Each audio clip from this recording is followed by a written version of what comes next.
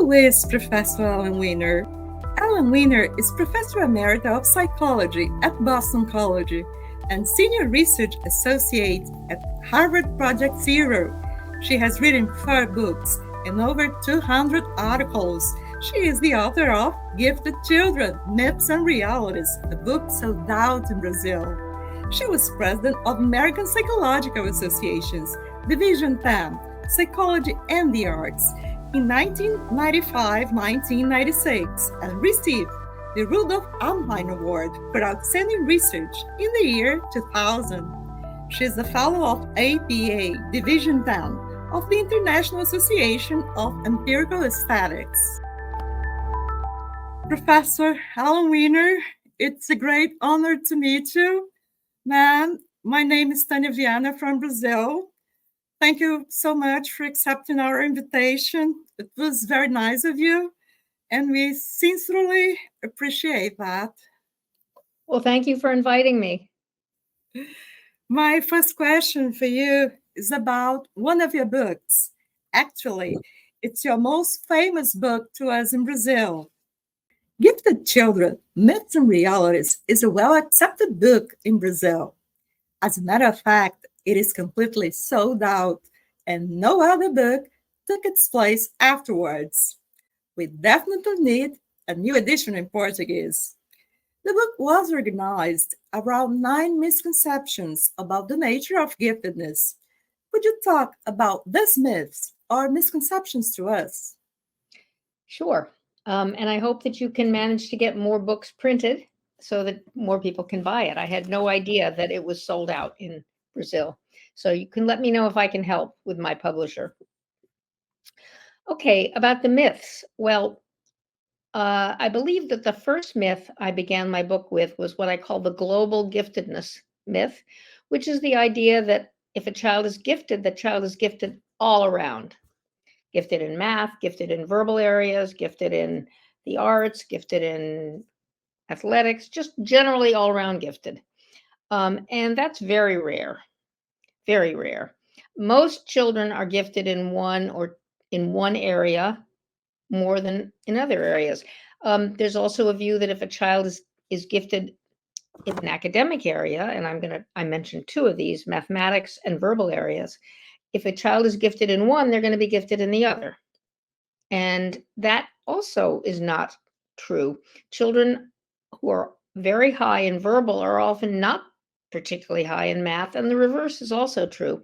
So I'm not saying no children are globally gifted, but the most gifted children are gifted in one particular area, and they have what I would call jagged profiles, high in some, high in one, maybe 2, and ordinary, typical, average in the others. And we also have cases of children who are gifted in one area and learning disabled in another area. And we also have the case of what are called savants, who show highly high abilities in a particular area like music or realistic drawing or memory or math or calculation, I would say, that aspect of math, but who are retarded and often autistic as well. So it's much more complicated than saying giftedness is one big global glob of being high in everything. In Brazil, the research on myths about giftedness has been carried out by Eunice Soriano de Alencar and Denise Flight since the 1970s. By the way, Denise Flight is the current president of the World Council for Gifted and Talented Children, even though the myths still survive nowadays. In your opinion, how can the situation be explained? Oh, sure. Well, I'll be happy to answer that, and then I can talk about the other myths if you'd like. It's very hard to change people's minds, and not everybody is poring over the academic research literature to find out what terminology is now recommended.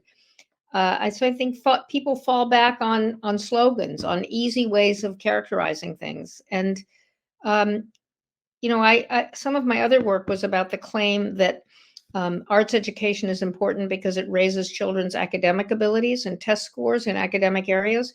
And I showed that that was actually not true. There was no evidence for that. But it doesn't seem to matter that I showed that because people still make those claims. So as I would say, it's very hard to change the way people talk and think about things. Should I talk about some of the other myths? Of course, as you wish. Okay. A second myth I talked about is what I call the talented but not gifted myth. And that is the assumption that there's a difference between being talented and being gifted.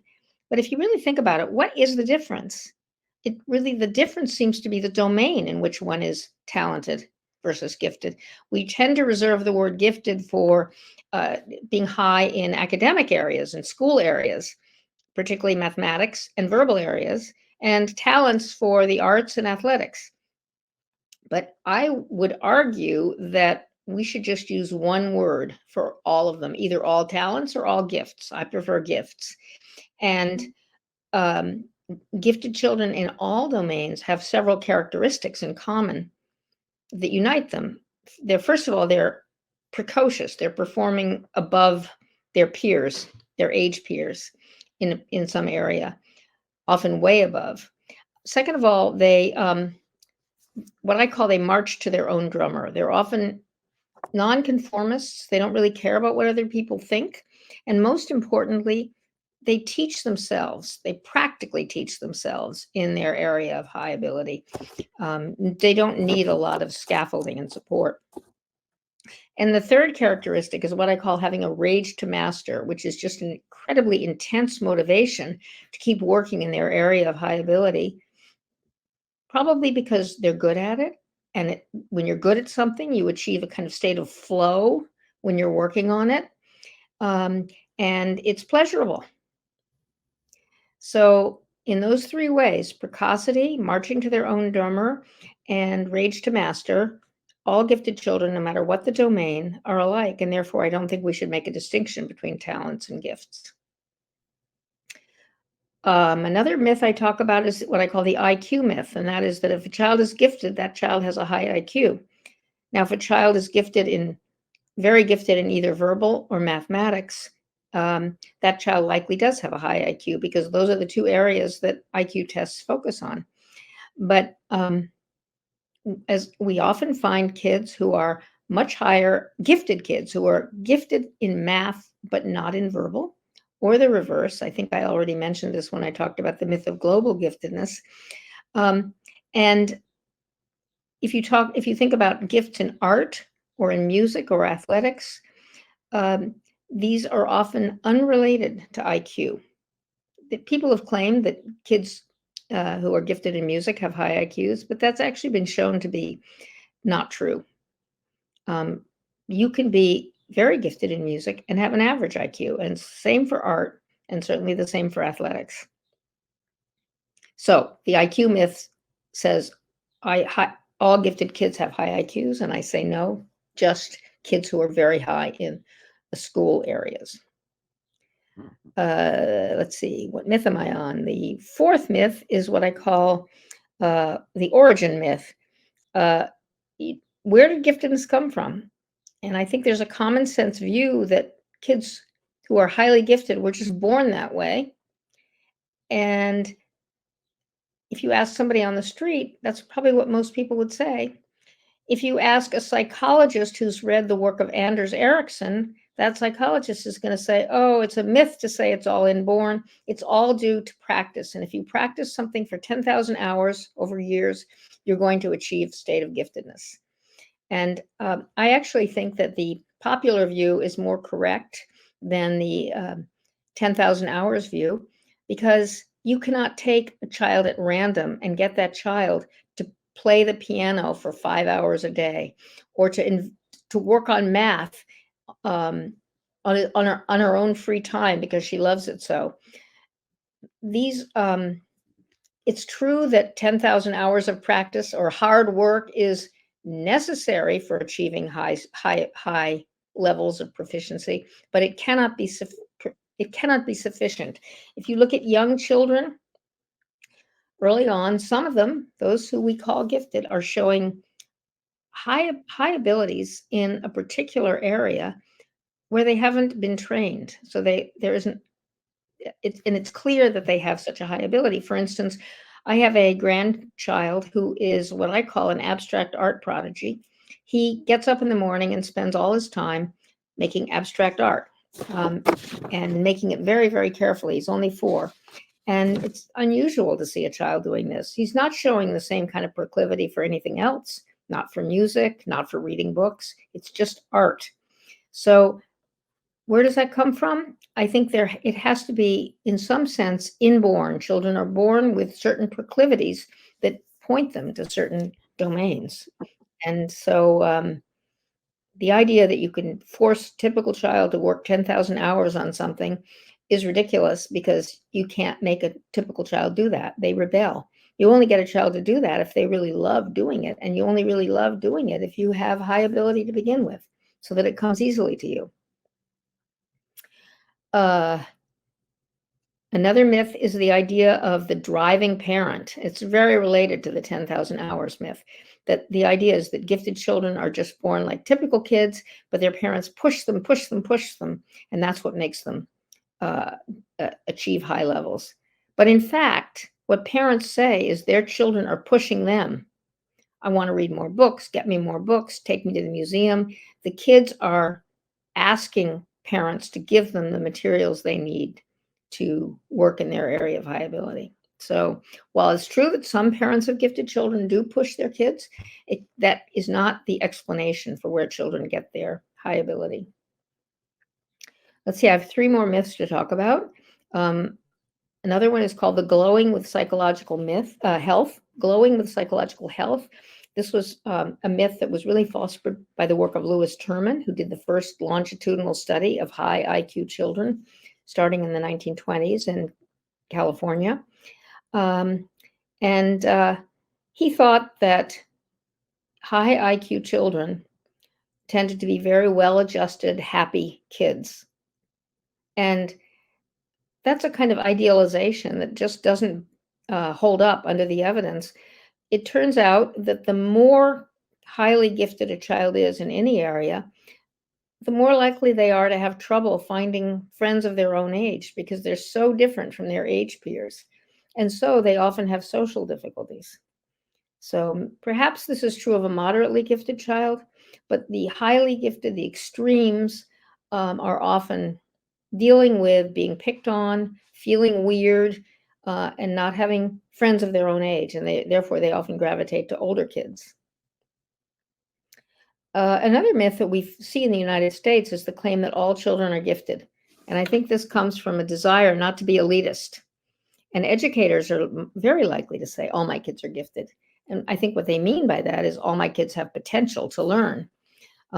So it's just not the case that all kids are gifted. There's lots of variation in children's abilities. I even find this myth in the visual arts. Once I was doing a study of children who were gifted in the visual arts, and I asked an art teacher to pick out a few of her kids who were most gifted in the visual arts. And she said, all my children are gifted in art. And I understand the impulse behind that. It's to say that all kids can learn and thrive, but that teacher knows very well if she sees a child who's unusual in art and gifted, that teacher can tell the difference between that and the typical child. But teachers resist that because they don't want to seem elitist. I think that the last myth I wrote about, and I'd like to mention, is a really puzzling one, and that is that most gifted children do not go on to become famous adult creators. We might think that if we have a child prodigy in math doing calculus at age 8 or something, that child is going to go on to become the next Einstein. That rarely happens, because gifted children are mastering a domain that's already been invented, and highly creative adults are actually inventing or changing the domain, or inventing a new domain. And that's a very different kind of skill. And so while most adult creators, though not all, were prodigies in their area, most prodigies do not go on to be highly creative adults who shake up their field, they tend to go on to become experts in their area, but not people that are known as great creators or what we might call geniuses. So those are my 9 myths that I organized my book around. And I'm happy to answer questions you might have about any of these. Professor, would you explain to us what a prodigy is? You know, people have tried to come up with a very specific definition.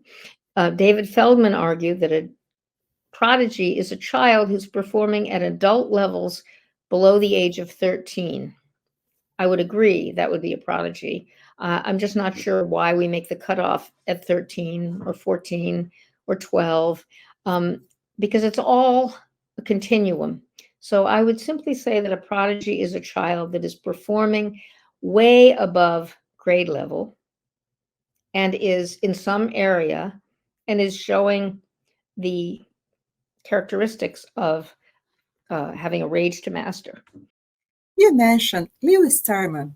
The first systematic study of academically gifted high IQ children began at Stanford University in the early 1900s with the psychologist Lewis Terman. Terman's study involved 1,500 children who were followed over the entire course of their lives. First of all, is it true you met 2 Terman subjects? I mean, 2 real Termans. How was this experience? Could you share it with us? Sure. They were quite elderly, of course.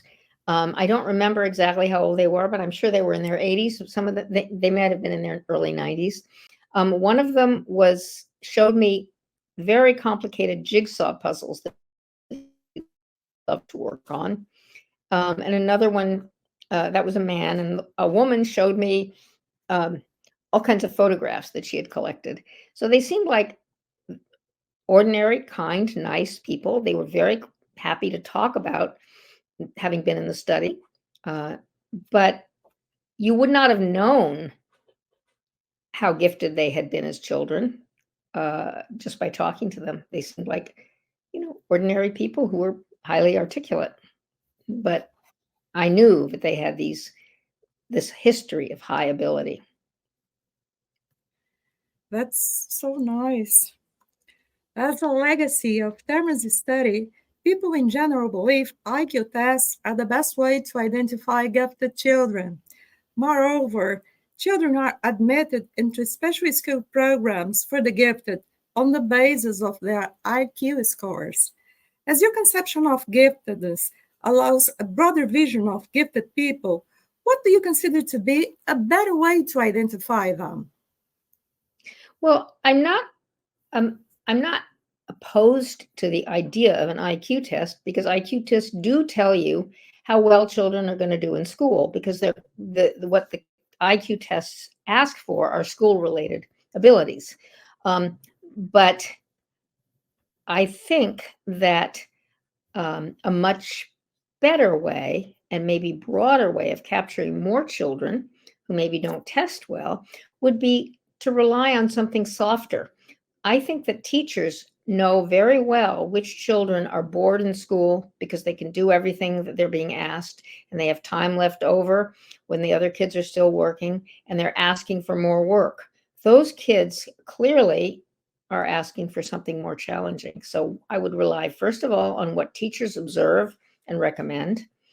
And I would also, this may sound like a crazy recommendation, but I would let children opt into advanced classes in their area of ability, because very few children are going to opt into an advanced class in math if they already are finding math hard.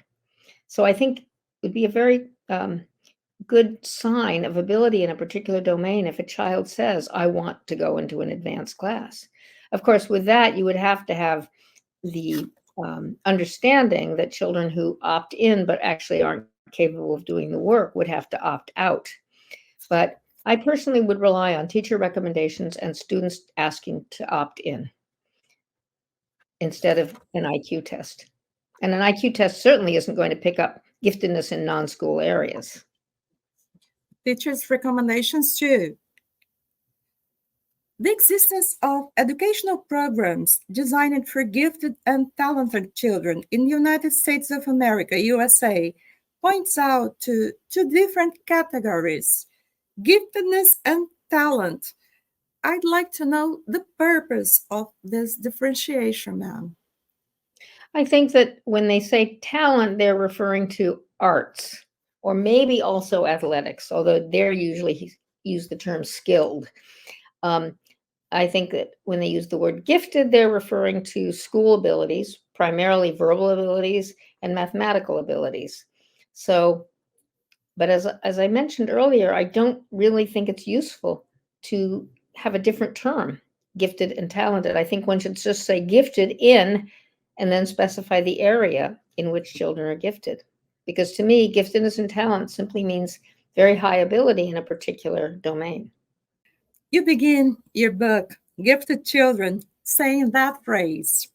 No society can afford to ignore its most gifted members, and now must give serious thought to how best to nurture and educate talent.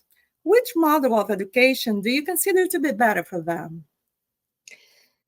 Well, I think that the model of education that I consider to be better for gifted children is the same model that I consider to be best for all children. And that is, first of all, an education that challenges children, not too hard, not too easy, just challenges them right where they need to be challenged to bring them up. And second of all, a progressive education as opposed to a traditional education. And by that, I mean a traditional education is the idea of a teacher standing in front of a class, transmitting knowledge to the child, whose job is to internalize and remember what the teacher has said. That's a very traditional form of education, but ever since the 20th century, there has been this idea of progressive education, pioneered by John Dewey, the father, I would say, of progressive education. And in progressive education, children are actively constructing their own knowledge and their own understanding by interacting with materials, by talking to their peers. And the teacher has an important role, but it's not standing in front of the class and transmitting knowledge. It's serving as a facilitator for children who construct their own knowledge, posing challenges to the children so that they can engage in problem solving and figuring things out on their own. I think that kind of education is the best for all children. Where it would differ for gifted children is that you would just have to have it be more challenging. But I've also argued in my book that instead of having gifted programs for what I would call moderately gifted, I would simply raise the level of challenge in all of our schools for typical children, and then do something special for the ones that are several years or more ahead of their peers, which I would call the extremely gifted or the prodigies. They really need something different. And I think that what they need is advanced classes in their area of high ability. But I would still structure those advanced classes in a progressive way rather than a top-down teacher directing knowledge to the child, which the child is supposed to memorize. In your studies about psychology of the arts, you find a correlational connection, not a causal connection, regarding students who take a lot of arts having higher test scores than students who take fewer arts or no arts at all. What habits of mind do you think the arts can gender? Okay, well, let me answer what I think are two parts to this question. The first is that why is it that I found no connection between academic strengths and taking a lot of courses in the arts? It is a correlational finding. Therefore, it's not a causal finding. And when my colleague Lois Hetland and I looked at all of the research that we could find, testing the claim experimentally about whether or not engaging in the arts raises children's academic test scores, we could not find any support for this. There is a correlation. Children who take a lot, high school, once children are old enough to choose their classes by high school, high schoolers who take a lot of art tend to do well on tests. But that's because They may come from schools they may go to schools which are good in both academics and the arts. They may come from families that value both. They may have super high energy to engage in both and do well. But when you do an experiment, which means you take you take a group of children and randomly assign one group to get a lot of arts and the other group to get something else that's not arts, and you measure their academic test scores before and after this intervention, that's a true experiment where you can infer causality. There we found those studies did not show any evidence. So in the United States, there's a desperate attempt to keep art education in our schools, which I value. But people believe that the best way to do it is to say, give money for arts education because it will make your kids smarter. And I'm afraid that doesn't hold up. Give money for arts education because it helps children develop other forms of thinking skills. And that gets to your next question. I wrote a book called Studio Thinking, The Real Benefits of Visual Arts Education. And that was based on many hours of observing very skilled teachers in the visual arts teaching high school students. And what we found is that these teachers were instilling a number of what we call artistic habits of mind, the kinds of habits of mind that artists use in their students, sorry. So for example, one of them is learning to look really carefully. That's a very important skill, learning to notice, look carefully. Another one was learning to envision, by which we meant helping children to generate mental images, even when the images are not in front of them, they're just in their minds. And that's important because if you're going to plan a painting, say, you need to have an image in your mind of how you want it to look. Or if you want to revise your painting, you have to have an image in your mind of what change you want it to look like. So it was observe, envision, reflect. We found a lot of focus on reflection in art class because students are asked all the time, what are you doing? Why are you doing that? What are you trying to achieve? How did you get that? How did you make it look like that? What could you do differently? These are all reflection questions, which get kids to think about their own process as they are creating work of art. There are a number of others too, like engage and persist. In high-level art courses, kids are taught to stick to something, and you work on projects for a long period of time. You don't just get a simple worksheet and make a picture and say, I'm done. You stick to something that you're engaged in for a long period of time. Another one is stretch and explore. Kids were asked to muck around, try things out, not worry if they made a mistake, learn from their mistakes. I don't think you often find that in math classes. Just try out new ways of doing long division, see what you come up with. Don't worry about making mistakes. You don't hear that so much in an art class, but I could walk into an art class and I heard a teacher say, today we're going to figure out new ways of making clay stick together. I'm just going to ask you to figure it out on your own, see what you can come up with, and maybe you'll make mistakes, maybe you won't, maybe you'll come up with something entirely new. So that would be stretching and exploring. So those are some of the habits of mind that I think kids pick up in high-level visual arts classes. And I now have students who are looking at the same kind of issue in music, what habits of mind are taught in music, and in theater, what habits of mind are taught in theater. So, and they're not going to be the same. They're going to be different. They are different. So, but I think the idea of habits of mind is it's a very rich way of thinking. You can think about this for academic areas too. When you teach math to children or history, you're trying to engender the habits of mind that mathematicians use or that historians use. So arts are no different. That's very cool. In your experience, what factors play an important role in order to lead gifted children or prodigies into creators in adulthood? Well, that's a real puzzle. As I said, most prodigies do not become great creators, even though probably the majority of creators were prodigies as children, because the funnel gets smaller as you get to be an adult. So here are all the gifted kids, but then they're trying to make it into becoming a great creator, and the funnel is narrower. And there are many fewer great creators. And I think one reason that I mentioned earlier is that a gifted child is mastering something that's already been invented.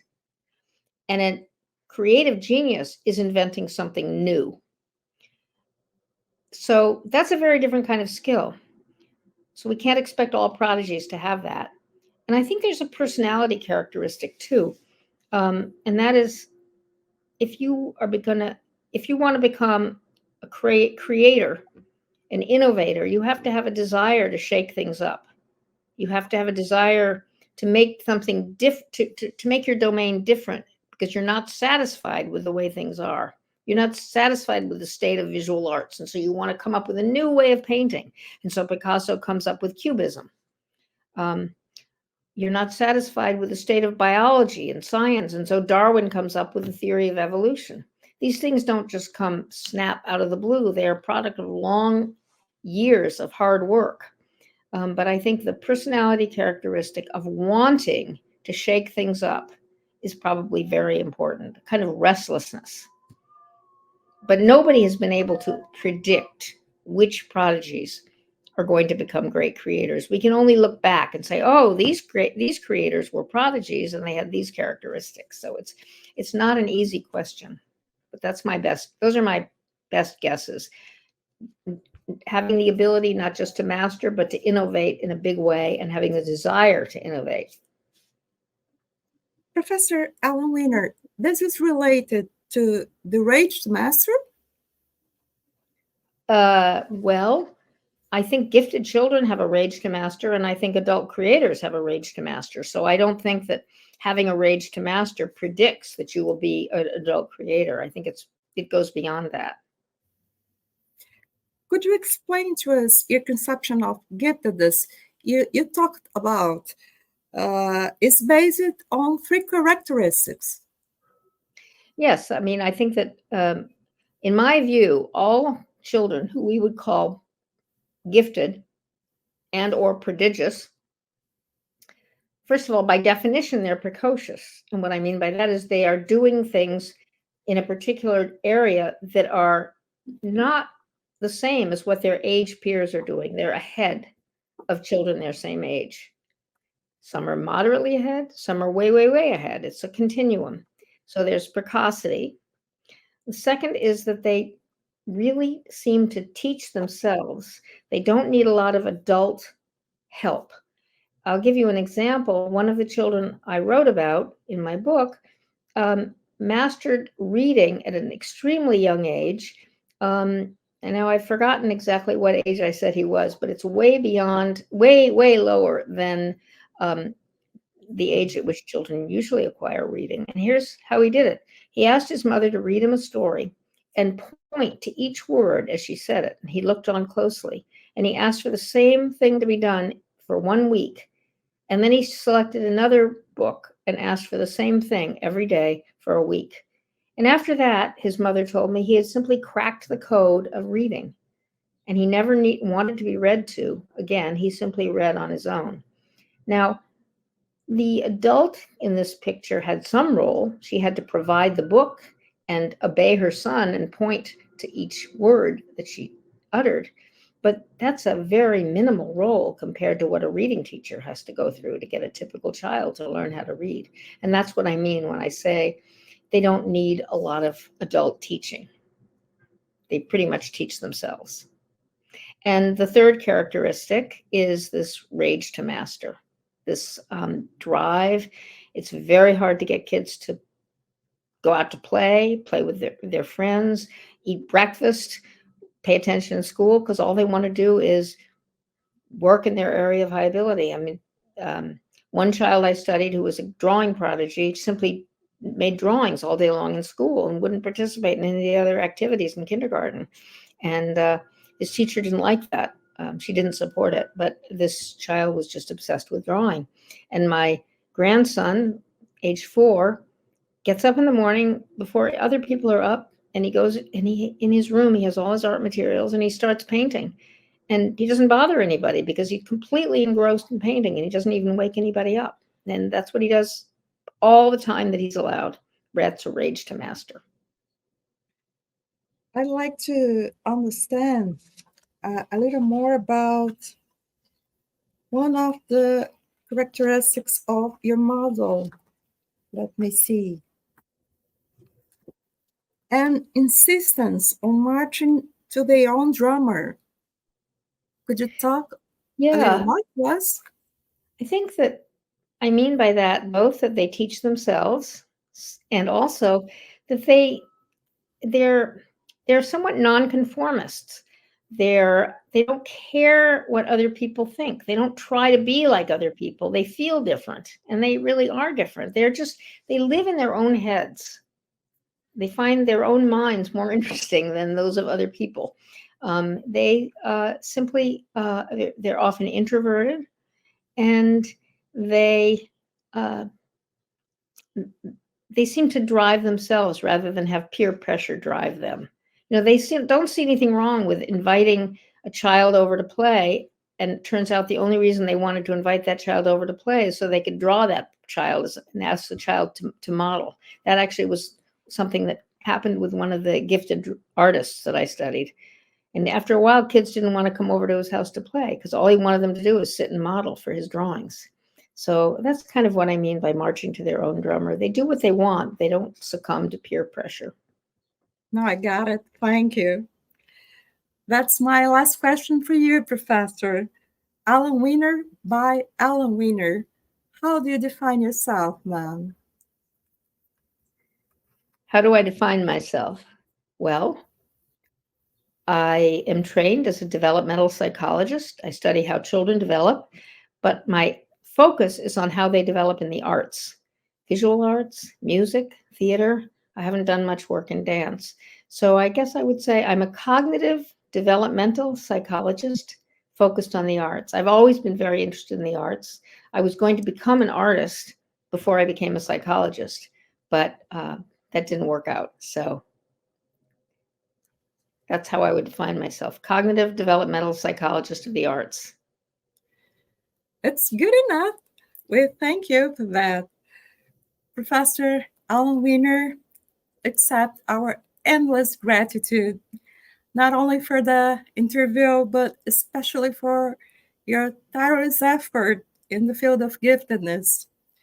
Your hard work and dedication is truly admirable, and we are so grateful for all that you've been doing for gifted people. In our hearts, we have a winner, and her name is Alan. Thank you very much. Thank you so much for the interview. It was a pleasure speaking to you. The pleasure was mine. Would you like to say something for people in the field of giftedness in Brazil? Well, I think that don't give in to the pressure when people tell you you shouldn't be working on giftedness. That's gifted children don't need any help. It's the kids who are below average that need help. Don't give in to that, because gifted children need just as much help in the sense of providing the right kind of education for them that children who have average abilities or even below average abilities need. So keep up the fight. It's not elitist to provide education for gifted children. Professor Alan Wiener, thank you very much for this interview. Bye-bye. Bye. Thank you, Tanya. Bye-bye.